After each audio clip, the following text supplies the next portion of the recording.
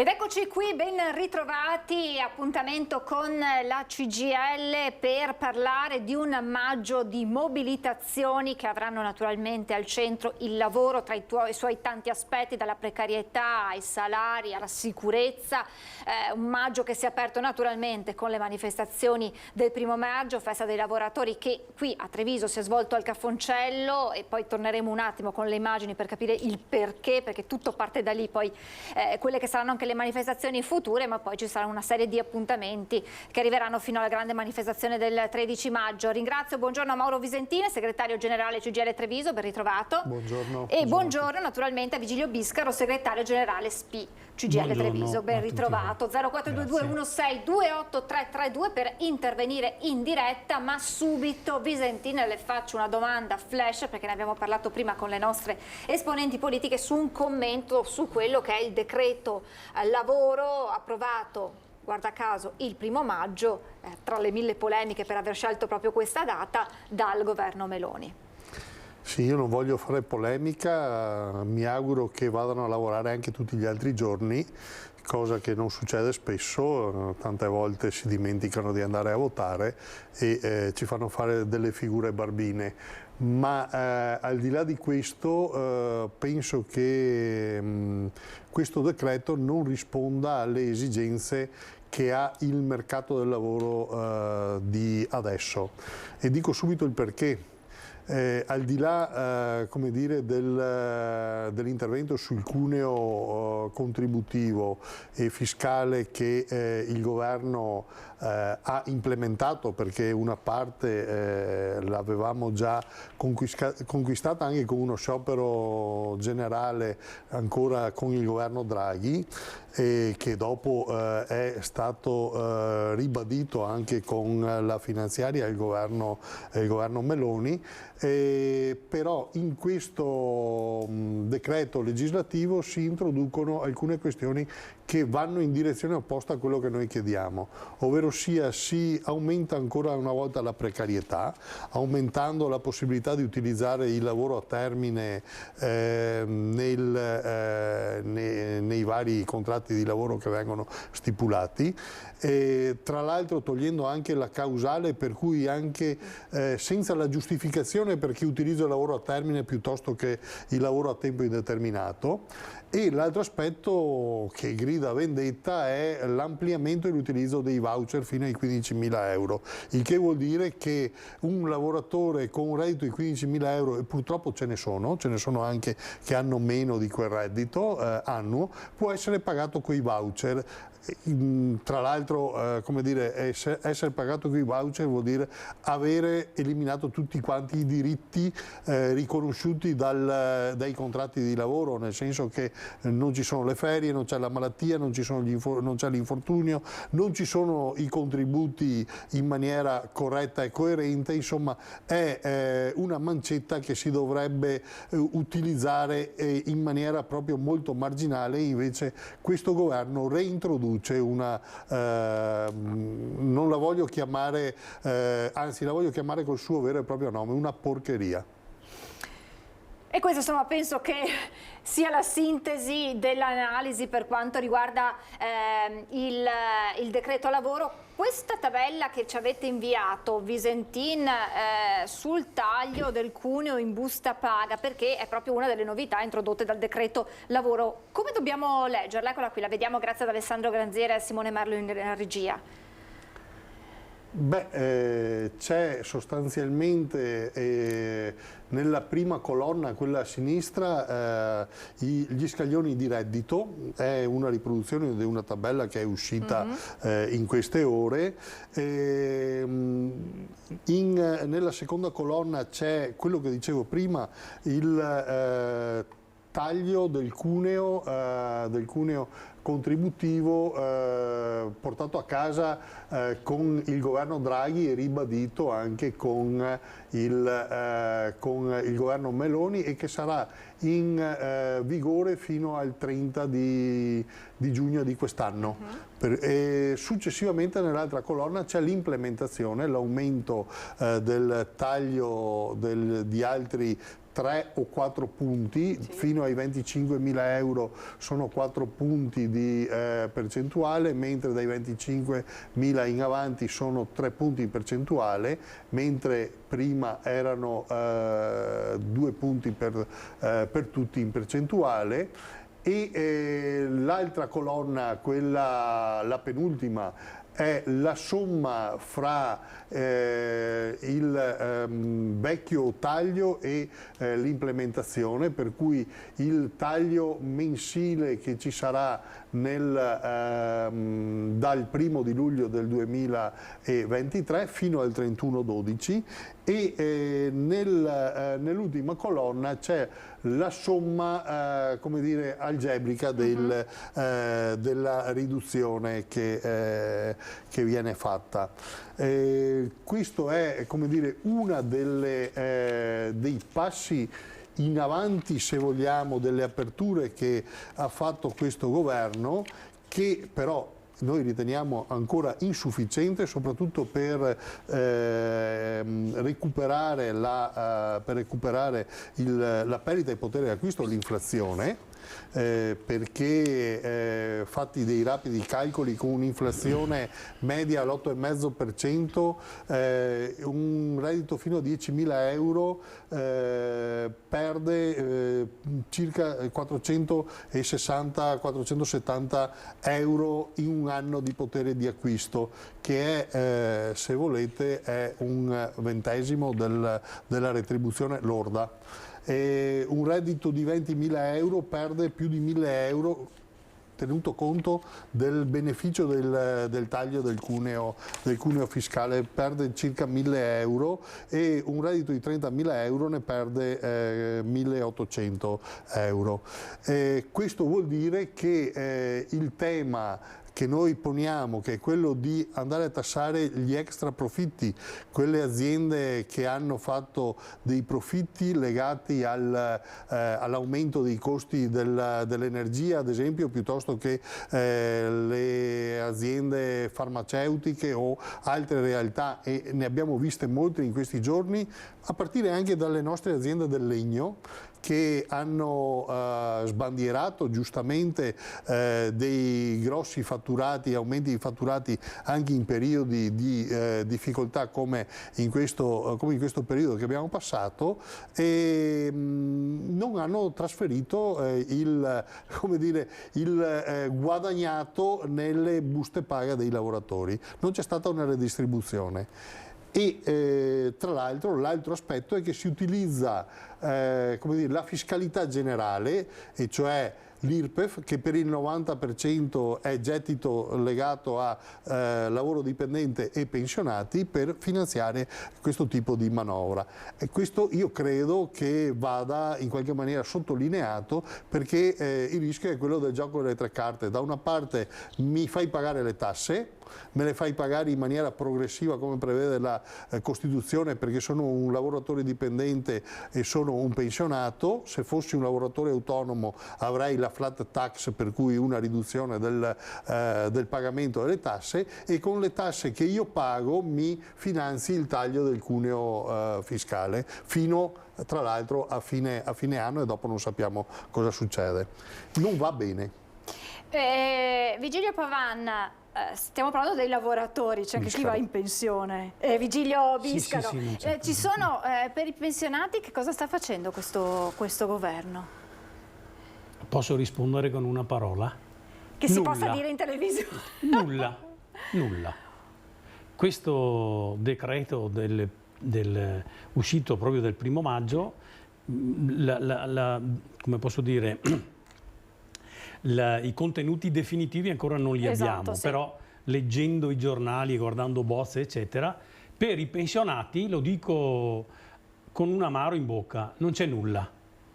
Siamo stati beffati con la perequazione, cioè il fatto di aver aumentato il valore monetario delle pensioni a fine anno fino a un certo livello di pensione, meno di quella che invece doveva essere secondo la norma vigente. Questo è un ulteriore regalo.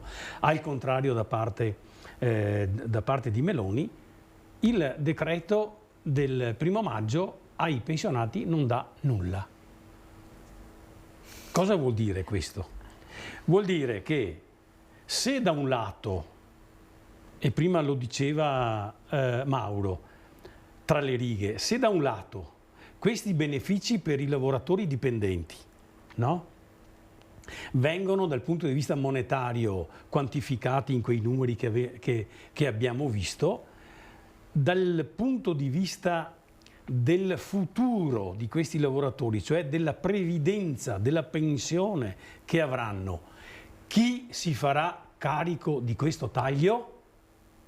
Se si farà carico la fiscalità generale, è sempre Pantalon che paga. Se invece si farà carico una riforma vera fiscale, e allora lì discutiamo.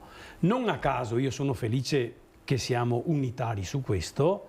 Le 3 manifestazioni di maggio stanno ad indicare al governo, e io mi auguro che rimaniamo uniti fino alla fine, fa capire che il sindacato ha delle idee chiare rispetto al fisco, rispetto alla previdenza, ma anche rispetto alla salute, rispetto alla sicurezza, rispetto ai rapporti di lavoro.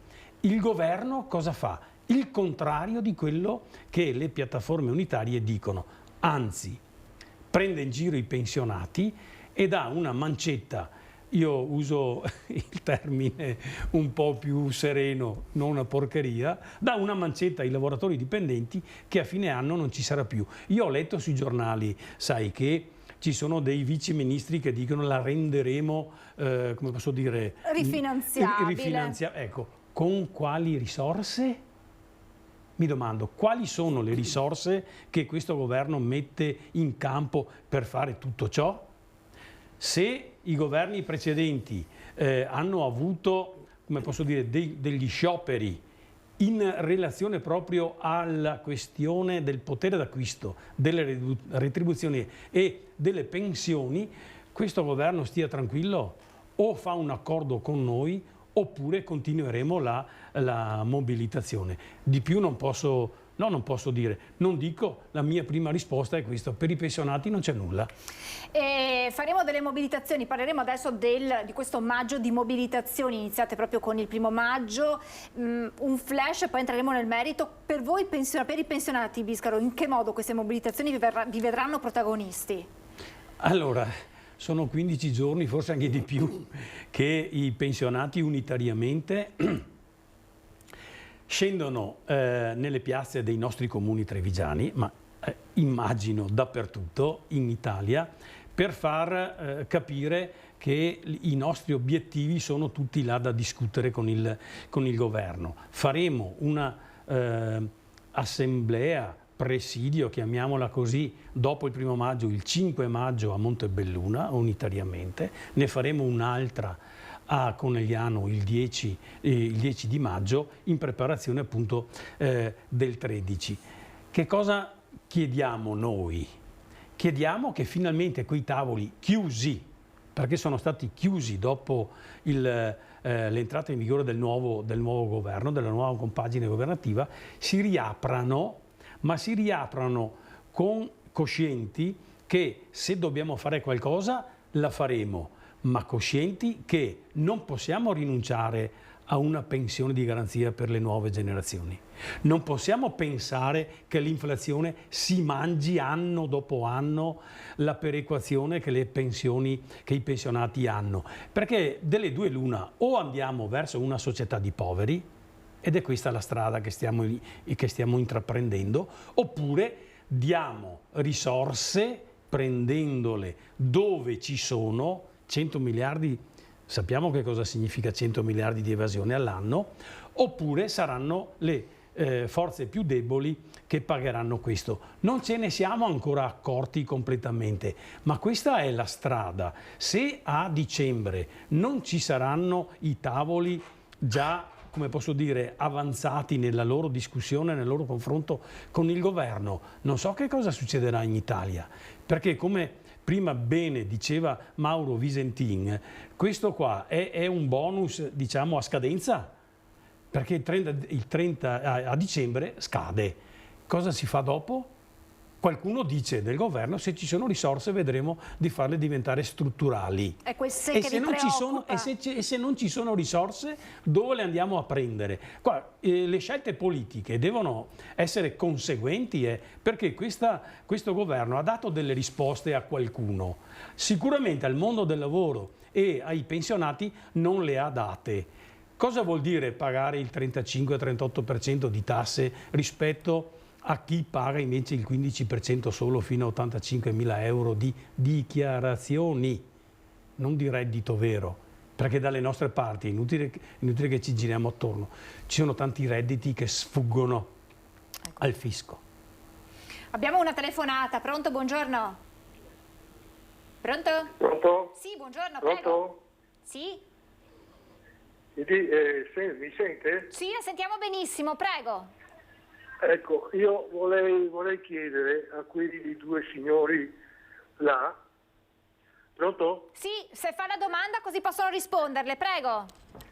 Ecco, io vorrei chiedere a quei due signori se la trattenuta alla fonte per i due buffoni di Salvini e di... Cioè vorrei sentire che la trattenuta alla fonte dei pensionati per finanziare quota 100 e reddito di cittadinanza ancora 3-4 anni fa, se è ancora in atto questo sistema qua. Ha bisogno di qualche dato in più, Biscaro, per capire? No, Grazie intanto. La domanda è sicuramente una domanda a scopo politico e spero sia solo così, ironicamente superficiale. Non ho capito il nome, comunque caro telespettatore, io ti dico quello che so. La trattenuta alla fonte ce l'abbiamo noi pensionati, come ce l'hanno tutti i lavoratori dipendenti. Il finanziamento della lotta alla povertà, che è già stata modificata adesso perché il reddito di cittadinanza, diciamolo, ormai non c'è più, bene, con quali risorse sono state fatte? Togliendole alla previdenza oppure togliendole all'evasione fiscale? Perché dobbiamo parlarci chiaro tra cittadini. O ognuno fa il proprio dovere e perciò paga le tasse come devono essere pagate, oppure se ci lamentiamo del fatto che qualche politico, che qualche governo fa dei passi verso la lotta alla povertà, ti posso assicurare, io come segretario dello SPI, che sarò sempre d'accordo. Il problema è come far uscire queste persone, e sono 4-5 milioni, dalla povertà, e per uscire dalla povertà dobbiamo riformare sia il sistema di formazione, perciò il sistema scolastico, ma anche la formazione all'interno del sistema produttivo, perché non è possibile che ancora oggi si dica non trovo persone ma non investo su queste persone per farle diventare specializzati, eccetera eccetera. Questo è secondo me il problema che abbiamo di fronte. O costruiamo una società dove i diritti e i doveri li rispettiamo, oppure chi è più furbo o pensa di essere più furbo godrà ancora di questi bonus, voglio dire, che poi alla fine sono solo bonus. Ma ormai ho finito. La coperta è cortissima e la prova provata è che arriviamo fino a dicembre, dopodiché non si sa che cosa succederà.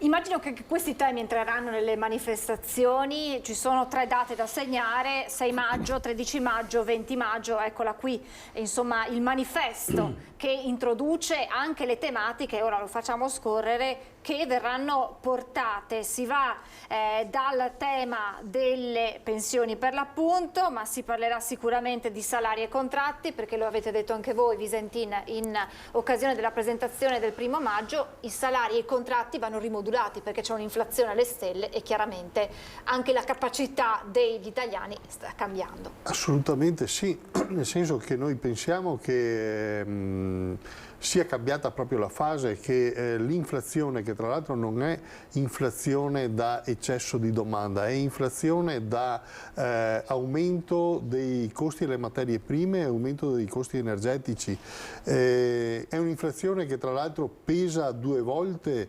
sui lavoratori dipendenti e sui pensionati, soprattutto sui bassi redditi. C'era uno studio dell'Istat di qualche giorno fa che ci diceva appunto che nel 2022 l'inflazione media è stata del 9,5%, ma che per i redditi bassi, per il 20% dei redditi più bassi dei cittadini che hanno fatto la denuncia dei redditi, quell'inflazione è pesata il 12,5%, perché se io porto a casa 1.000 euro di stipendio e devo pagare la bolletta della luce, devo fare la spesa, e proprio quelle sono le, come dire, la merce, sono i valori che sono aumentati, che hanno avuto un forte aumento, è ovvio che io perdo molto potere di acquisto. Se invece ne porto a casa 5.000 e con 1.500 pago la spesa e le bollette e il resto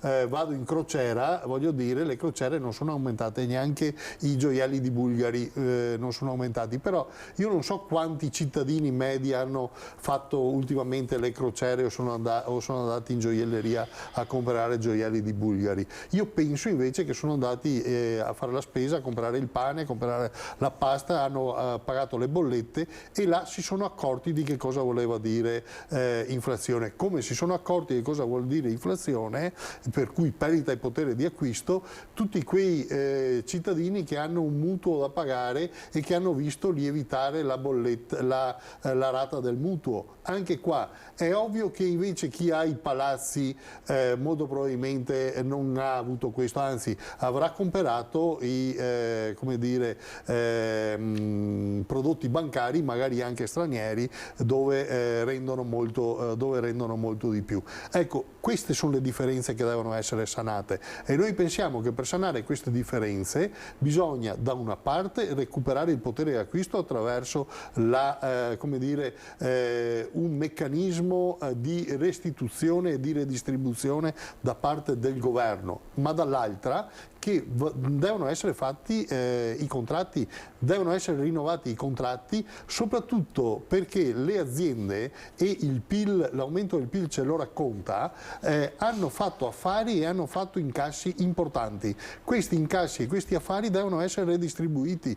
Il rischio è che avremo sempre di più una forbice che si allarga, con i poveri sempre più poveri e tra l'altro sempre di più, e con i ricchi che saranno sempre meno ma saranno sempre più benestanti. E questo credo sia una delle questioni che, assieme alla questione del fisco, assieme alla questione della salute e della sicurezza, assieme alla questione della previdenza, sono i temi che chiediamo vengano sostenuti anche dalle manifestazioni che andremo a fare. Ovviamente per il nord Italia noi saremo sabato 13 in piazza a Milano, ma questa sarà una tappa di una vertenza che noi abbiamo in mente di portare avanti fino a quando non avremo risultati concreti. Poi andremo a capire se quindi avete altre manifestazioni di piazza in mente, non solo in un maggio di mobilitazioni. Pronto? Buongiorno, che abbiamo in linea? Sì, buongiorno. Buongiorno. Sono la signora Nadia. Sì. Volevo chiedere due cose, probabilmente al signore Despì. Per quanto riguarda quando si viene pagati dall'INPS per gli infortuni, che dopo ti mandano a casa il foglio per allegare la domanda di presentazione INPS per ottenere l'accreditamento dei contributi figurativi, perché mi dicono di no? Non serve. Di non farlo il sindacato? Nadia, Prego, Biscaro. per un semplice motivo, signora Nadia, perché non serve? Perché? Vanno in automatico, sono chiamati contributi figurativi proprio per questo. Ma se uno io è in ho fatto un controllo dell'INPS appunto per vedere la pensione, no? E quella figura, altrimenti infortuno, infortunio e contributi no. Il sindacato non mi sa dire il perché. Devo andare all'INPS? No, è sufficiente che venga il patronato sindacale nostro per verificare questo, ma da quello che io so non serve. Sono stata purtroppo. Ci sono stata. Visentina, vogliamo rassicurare la signora Nadia. Allora, se l'infortunio tra l'altro è di breve durata e anche se è di lunga durata, viene automaticamente accreditato come periodo figurativo. E lei può vedere nel CU, l'ex CUD adesso si chiama CU, nella seconda pagina c'è la tabellina con i contributi versati e vedrà che sono interamente versati per tutto il periodo che è stato lavorato. Quel foglio là comunque lo tenga, perché dovesse esserci, adesso è tutto quanto computerizzato per cui il problema è abbastanza come dire, difficile che si incontri, però dovesse esserci una discrepanza fra contribuzione versata e contribuzione come dire, segnata, raccolta, ecco, quello è la testimonianza che quel periodo comunque è stato coperto o deve essere coperto dal periodo di infortunio. Quindi devo tenere il CUD praticamente dell'anno. Esatto, il CUD dell'anno fa la verifica, comunque quel foglio là lo metta via insieme alle buste paga, in modo tale che se ci dovesse essere una discrepanza, quello certifica che comunque era tutto a posto, è stato versato o doveva essere versato. Dopo un'altra cosa, io collaboro per un'impresa di pulizie. Praticamente mi risulta che lavoro gravoso, usurante. No. Si può avere di anni di contributi?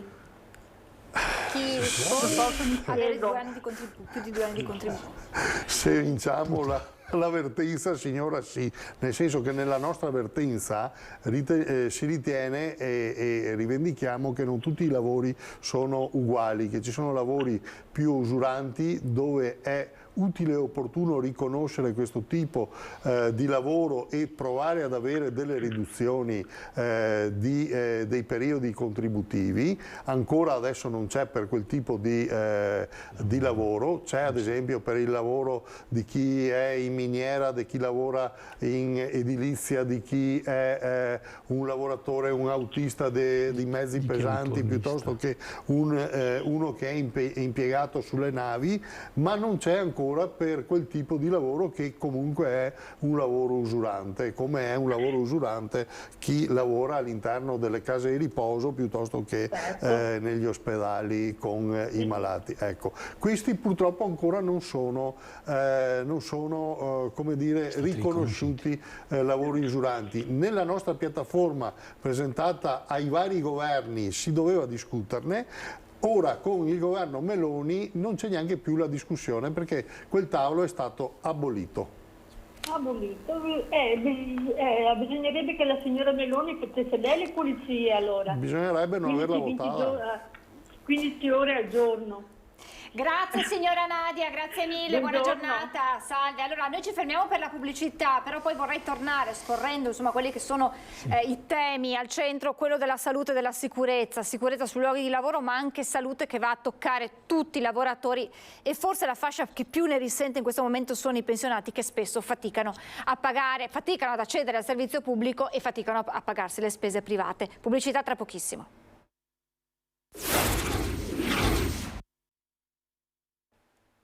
Siamo tornati in diretta con lo spazio dedicato a CGIL, stiamo parlando di lavoro, di pensioni, ma stiamo parlando di tutti i temi centrali che verranno portati all'attenzione nelle mobilitazioni, nelle manifestazioni che culmineranno il 13 maggio a Milano. Abbiamo parlato di salari e di contratti, io mi soffermerei scorrendo appunto queste che sono le tematiche, i temi principali sulla voce salute e sicurezza. Quello degli infortuni sul lavoro purtroppo, Visentine, è una piaga che vede il Veneto maglia nera in qualche modo. Sì, e purtroppo la provincia di Treviso è abbastanza messa male nella classifica, nel senso che è nei piani alti della classifica degli infortuni e anche di quelli gravi. Ora, rispetto a questo è chiaro che bisogna intervenire, io continuo a dirlo, su due livelli. Uno, il livello delle strutture, il livello dei servizi, il livello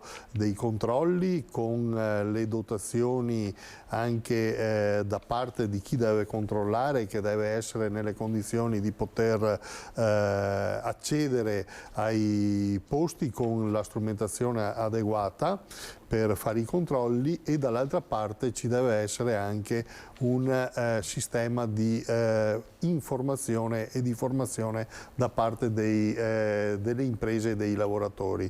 Devo dire che in alcuni casi dei passi in avanti sono stati fatti e anche importanti, non sempre e non dappertutto.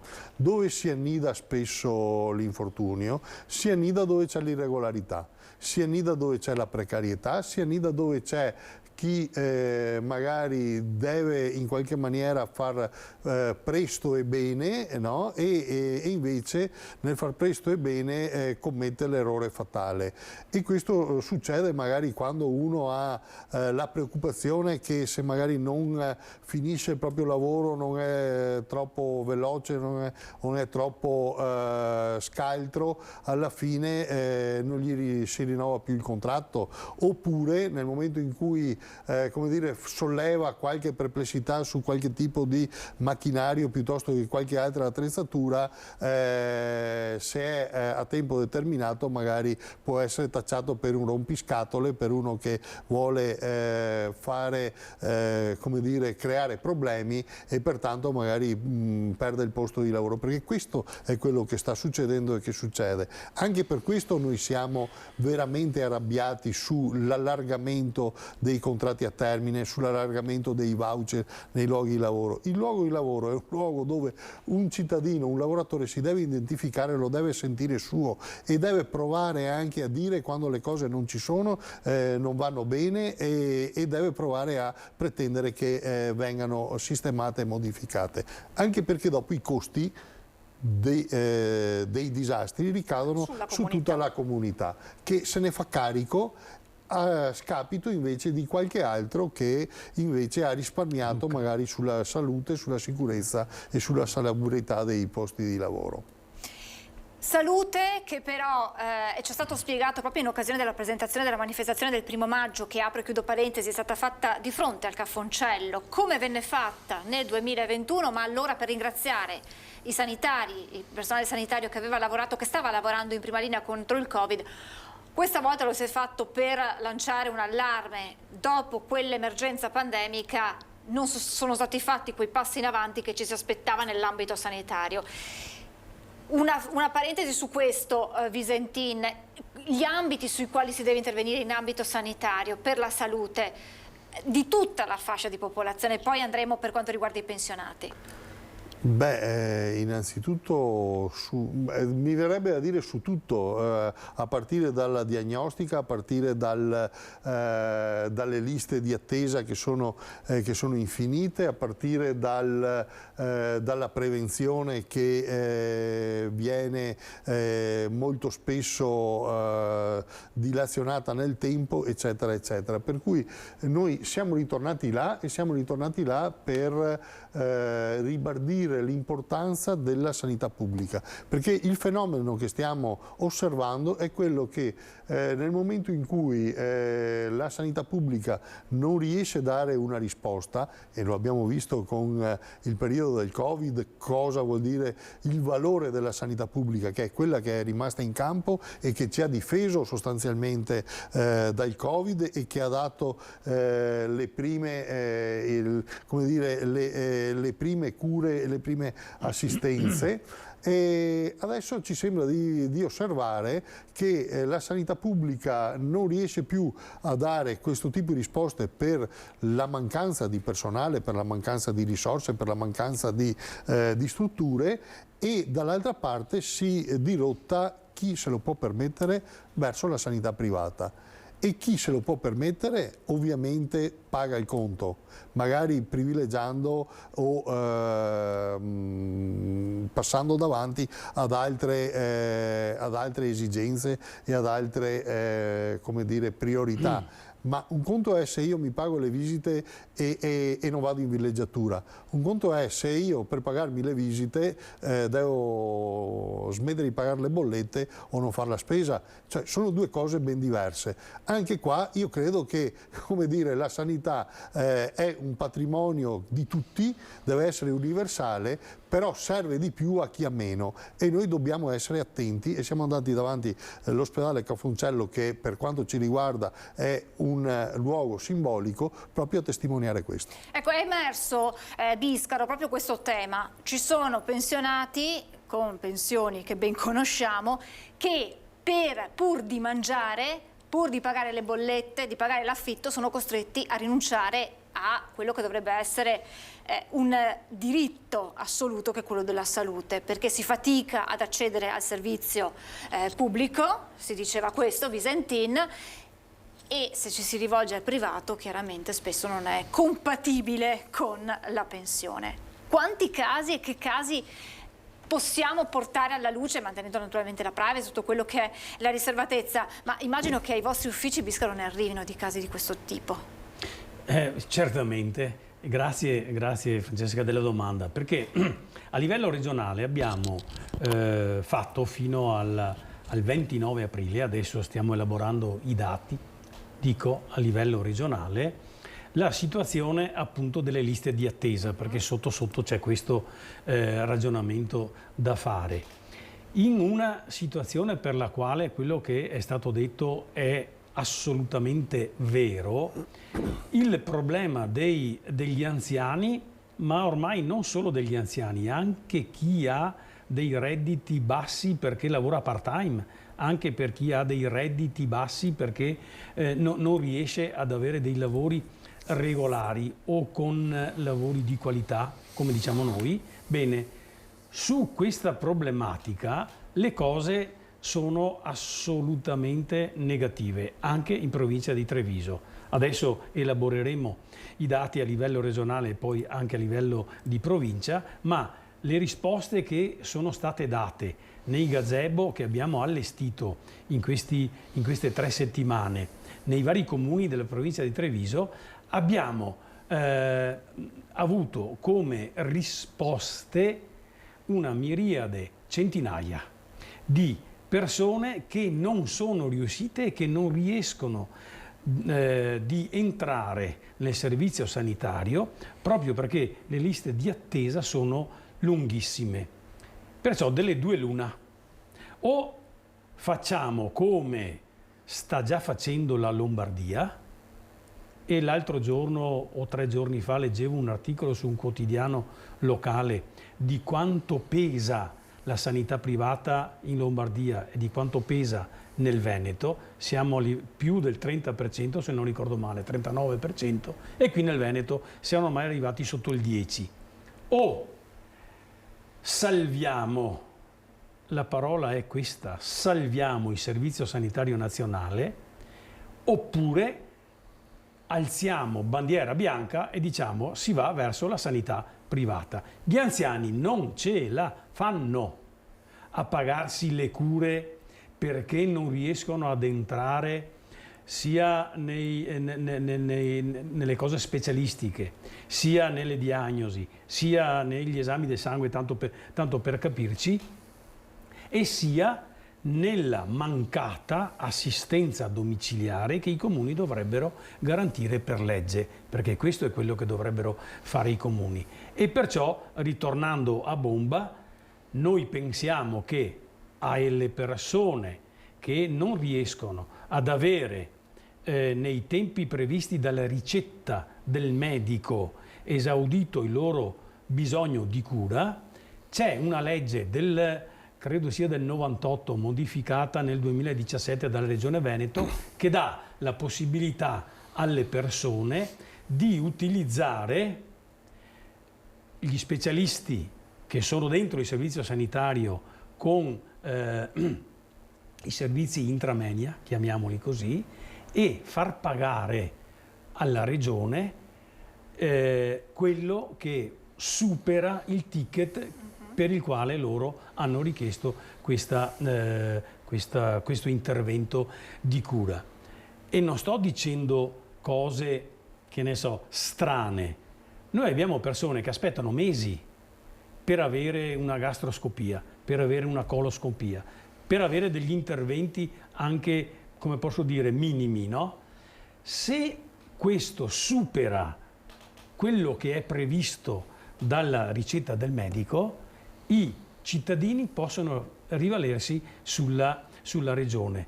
Spero che questa statistica che faremo dia un aiuto alle confederazioni a livello regionale per incidere nei confronti della regione e che come posso dire, cambi rotta dal punto di vista del finanziamento del sistema sanitario nazionale. Allora, a livello nazionale ci sono tagli che ormai vanno avanti da 20 anni, c'è poco da dire. Qualsiasi governo ha tagliato per il benedetto bilancio, no? Pareggio del bilancio. La parità di bilancio, hanno tagliato sulla sanità.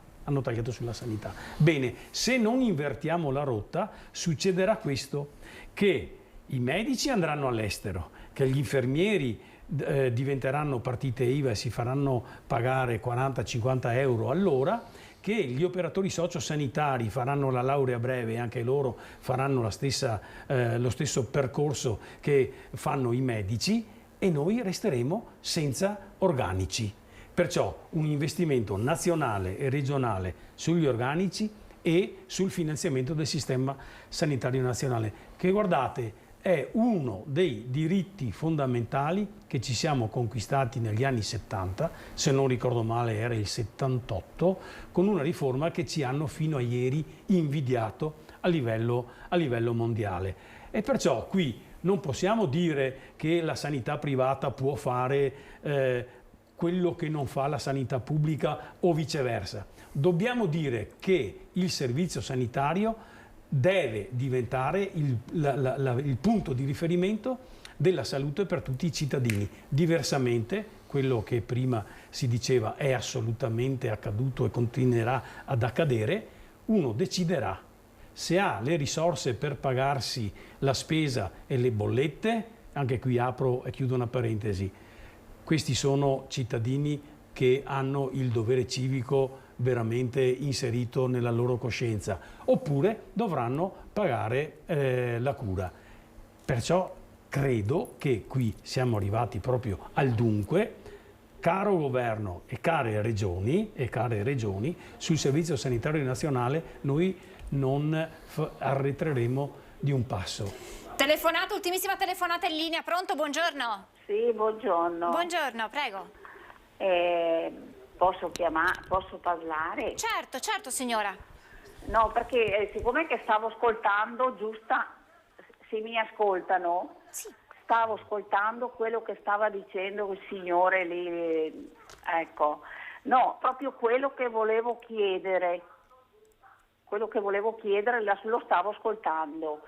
Volevo fare una domanda di questo. Prego, signora. Siamo due anziani, 83 anni e 82. Prima del Covid, con 1.500 euro ce la facevamo tutti e due e anche forse mettevamo via qualcosa per pagarsi le medicine. Ma adesso non ce la facciamo più. Allora, io volevo chiedere dove si può rivolgersi, perché veramente non ce la facciamo più, non so dove rivolgermi. Io credo che questa sia una telefonata emblematica per chiudere il nostro ragionamento. Grazie signore, naturalmente in bocca al lupo. Io volevo sapere una risposta. Adesso le diamo la risposta. Mi devo rivolgere. Certo, adesso le diamo subito la risposta, signora. Io ho pochissimi secondi, Biscaro. Che risposta possiamo dare a questa signora che lancia questo grido d'aiuto? Allora, quello che ho detto prima rispetto alla diagnostica, rispetto alle visite che non si fanno, rimane assolutamente valido. Sulla seconda domanda, come faccio a pagarmi le medicine se non riesco poi a pagarmi la spesa, eccetera. Ecco, Qui io posso dare una risposta non specifica, ma generale. Se chi governa questo Paese non prende in mano il potere d'acquisto delle pensioni e delle retribuzioni di chi lavora, noi avremo un'inflazione che mangerà tutto quello che questo governo ci ha dato e che i governi futuri ci daranno. Perciò la mia risposta è questa: partecipi il 5 maggio oppure il 10 maggio a Montebelluna o a Conegliano, e dal 13 maggio in poi, anzi dal 20 maggio in poi, vedremo se a livello nazionale questo governo avrà capito quali sono le nostre esigenze. Non è che abbiamo armi diverse da quella della mobilitazione nei confronti del governo, per far capire che questi bisogni sono assolutamente primari. Più di così io sinceramente non riesco a risponderle, signora.